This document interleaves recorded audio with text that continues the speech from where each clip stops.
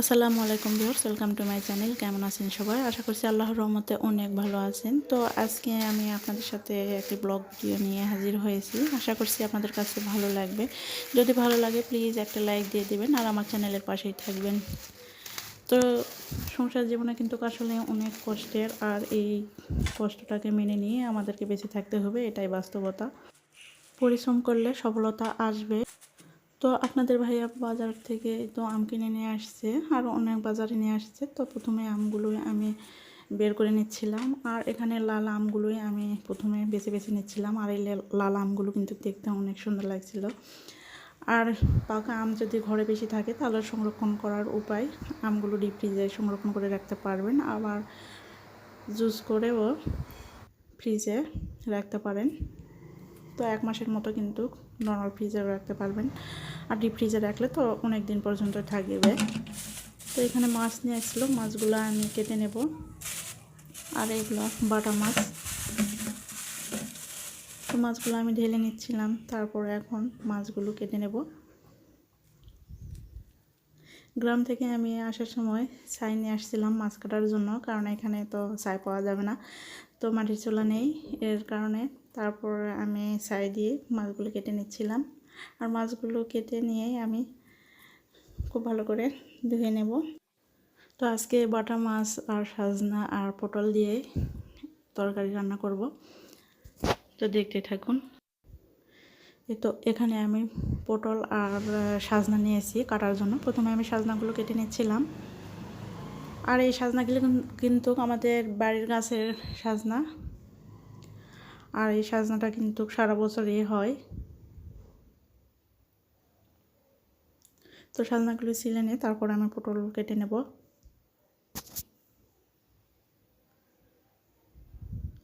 আর কুরবানির মাংস তো আছেই, তো একঘেয়েমি মাংস খেতে কিন্তু ইচ্ছা করে না, এর জন্য আলাদা এই তরকারিটা রান্না করে নিচ্ছি। যে যেটা খেতে পছন্দ করবে সে সেটাই খাবে। তো এখন পটল কেটে নিচ্ছিলাম। তো পটলের আসলে ভাজিটাই বেশি ভালো লাগে আমার কাছে, তারপর মাছ দিয়ে ঝোল করলেও কিন্তু ভালো লাগে। তো প্রথমে পটলটা ছিলে মাঝখানটায় আমি চিড়ে নেব, তারপরে ছোট ছোট করে কেটে নেব। তো আপনারা কে কীরকম করে কাটেন আমি জানি না, কিন্তু আমি এরকম করেই কাটি। এই তো পটল কেটে নিয়ে তারপরে একটা আলু কেটে দিয়েছি। তো এখন সব কিছু ভালো করে ধুয়ে নিয়েছি। আর এখানে 4টা মাছ নিয়েছি, মাছের লবণ হলুদ আর মরিচের গুঁড়া মেখে নিয়ে আমি তেলের মধ্যে ভেজে নিচ্ছিলাম। মাছটা ভাজা হয়ে গেছে, তুলে নিচ্ছি। এখনও আরও কিছুটা তেল অ্যাড করে দিলাম, যে এখানে 1/2 চা চামচ দিয়ে দিচ্ছি জিরা, তারপর দিয়ে দিলাম পেঁয়াজ কুচি। তো পেঁয়াজ কুচি দিয়ে একটু নেড়ে চেড়ে ভেজে নিচ্ছি। পেঁয়াজটা একটু ব্রাউন কালার আসলে আমি এখানে অ্যাড করে দেব আদা রসুন বাটা। এখানে 1.5 চামচ আমি আদা রসুন বাটা দিয়েছি, একসঙ্গে বাটা আছে। তো আদা রসুন বাটা দিয়ে একটু ভেজে নিচ্ছি, যাতে এক্সট্রা যে একটা গন্ধ থাকে সেই গন্ধটা চলে যায়।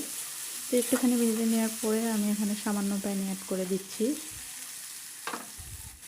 তারপর দিয়ে দিলাম পরিমাণ মতো লবণ, দিয়ে দিচ্ছি 1/2 চা চামচ হলুদ গুঁড়া, 1 চা চামচ মরিচের গুঁড়া, 1/2 চা চামচ জিরার গুঁড়া দিয়ে মশলাগুলো একসঙ্গে নেড়ে চেড়ে কষিয়ে নেব।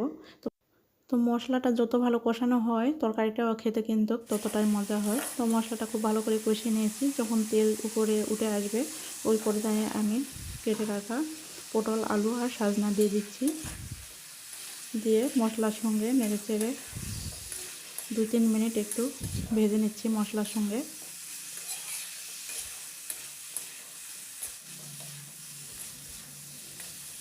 তো খুব ভালো করে নেড়ে চেড়ে ভেজে নিয়েছি। তারপরে এখানে পানি অ্যাড করে দিলাম 1 কাপ। পানি দিয়ে নেড়ে চেড়ে এখন ঢাকনা দিয়ে রান্না করব পানিটা শুকিয়ে যাওয়া পর্যন্ত। 10 মিনিট পর, তো এর মাঝে কিন্তু আরও 2-1 বার নাড়াচাড়া দিয়ে নিতে হবে, কারণ নিচে যদি লেগে যায় তাহলে কিন্তু তরকারিটা খেতে ভালো লাগবে না। তো পানিটা শুকিয়ে এসেছে আর আলুটাও কিন্তু সিদ্ধ হয়ে গেছে। এখন আমি এখানে ঝোল দিয়ে দিব পরিমাণ মতো, 2 কাপ পানি দিয়ে দিলাম। তারপর নেড়ে চেড়ে নিয়ে আমি ভেজে রাখা মাছগুলো এখানে দিয়ে দিচ্ছি। মাছগুলো দিয়ে দেওয়ার পর এখন ঢাকনা দিয়ে ঢেকে 10 মিনিট রান্না করে নেব মিডিয়াম আছে। তো 10 মিনিট বাদে আমি হাফ চামচ দিয়ে দিচ্ছি গরম মশলা গুঁড়া, দিয়ে একবার নেড়ে চেড়ে নিচ্ছি। তারপর ঢাকনা দিয়ে ঢেকে 2 মিনিট রান্না করে আমি নামিয়ে নিচ্ছি। তো এই তো আমার রান্না কমপ্লিট, আমি নামিয়ে নিয়েছি। দেখতে পাচ্ছেন তরকারির কালারটা কেমন সুন্দর হয়েছে। তো তরকারির কালার থেকে কিন্তু বোঝা যায় যে তরকারিটা খেতে কেমন হবে।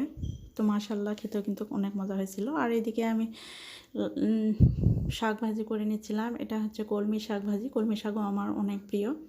আর মাংস রান্না করা হয়েছিল, সেই মাংসটা আমি গরম করে নিচ্ছি। আর এই মাংসগুলো কিন্তু খাসি মাংস কুরবানির। আর এই মাংস রান্নার রেসিপি কিন্তু আমি আমার চ্যানেলে শেয়ার করেছি, দেখে নিতে পারেন। এদিকে আমি ভাত বসিয়ে দিয়েছি রাইস কুকারে। আর এই তো কলা নিয়ে আসছিল সন্ধ্যাবেলা। তো অনেকগুলো কলা যেহেতু নিয়ে আসছিল, তো ভাবছিলাম যে পাকা কলা বড়া বানাবো। আর এদিকে সন্ধ্যাবেলায় কিন্তু প্রথমে আমি বানিয়ে নিচ্ছিলাম পুঁই শাকের পাতা দিয়ে বড়া। আর এই পুঁই শাকের পাতার বড়া কিন্তু খেতে আমার অনেক ভালো লাগে। এটা চালের আটা দিয়ে কিন্তু বানিয়ে নিচ্ছিলাম। পুঁই শাকের পাতা, চালের আটা আর মশলা একসঙ্গে দিয়ে একটু সামান্য পানি দিয়ে মেখে নিয়ে এই বড়াগুলো ভেজে নিচ্ছিলাম। তো এটাই কিন্তু আমাদের সন্ধ্যার নাস্তা।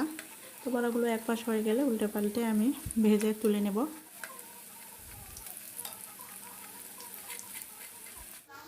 বড়াগুলো কিন্তু অনেক মচমচে হয়েছিল, খেতে কিন্তু অনেক ভালো হয়েছিল। এই তো বড়াগুলো ভাজা হয়ে গেছে, তুলে নিয়েছি। এখন কলার বড়া ভেজে নিচ্ছি। এখানে 3টা পাকা কলা আমি নিয়েছি আর হাফ কাপ চিনি দিয়ে কলা ম্যাশ করে নিয়ে তারপরে ময়দা দিয়ে একটু নরম করে একটা ব্যাটার তৈরি করে হাত দিয়ে গোল গোল করে তেলের মধ্যে ছেড়ে দিয়ে এই বড়াগুলো ভেজে নিয়েছি। আর এই কলার বড়াগুলো খেতে কিন্তু অনেক মজা।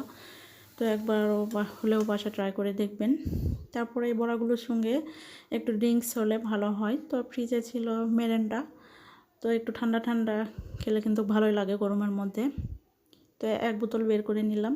তো আমরা মা ছেলে মিলে খেয়ে নেব। তো এই তো গ্লাসে ঢেলে পরিবেশন করে আমরা মা ছেলে খেয়ে নিচ্ছি। আর এই ভিডিওটা হচ্ছে ঈদের আগের দিন বিকেলবেলার ভিডিও। এটা হচ্ছে আমাদের কোরবানির খাসি। এটা আমরা কিন্তু গ্রামে ঈদ করেছিলাম, আর এটা গ্রামের সিন। তো এই হচ্ছে একটা খাসি কোরবানির, আর ওই দিকে একটা আছে ছাগল। তো 2টা কোরবানির, একটা খাসি একটা ছাগল। আর এই যে আঙ্গিনার এক কোণে কিন্তু ডাঁটা শাক হয়েছিল, অনেক সুন্দর কিন্তু দেখতে লাগছিল, সবুজ। আর এইদিকে এক কোণে একটা ছোট্ট সাজনা গাছ, আর গাছ ভরা কিন্তু সাজনা। তো ভিডিওটি কেমন লাগলো অবশ্যই কমেন্টসে জানাবেন। ভিডিওটি যদি ভালো লাগে লাইক, কমেন্ট এবং সাবস্ক্রাইব করে আমার চ্যানেলের পাশে থাকবেন। আজকে এখানে বিদায় নিচ্ছি। আল্লাহ হাফেজ।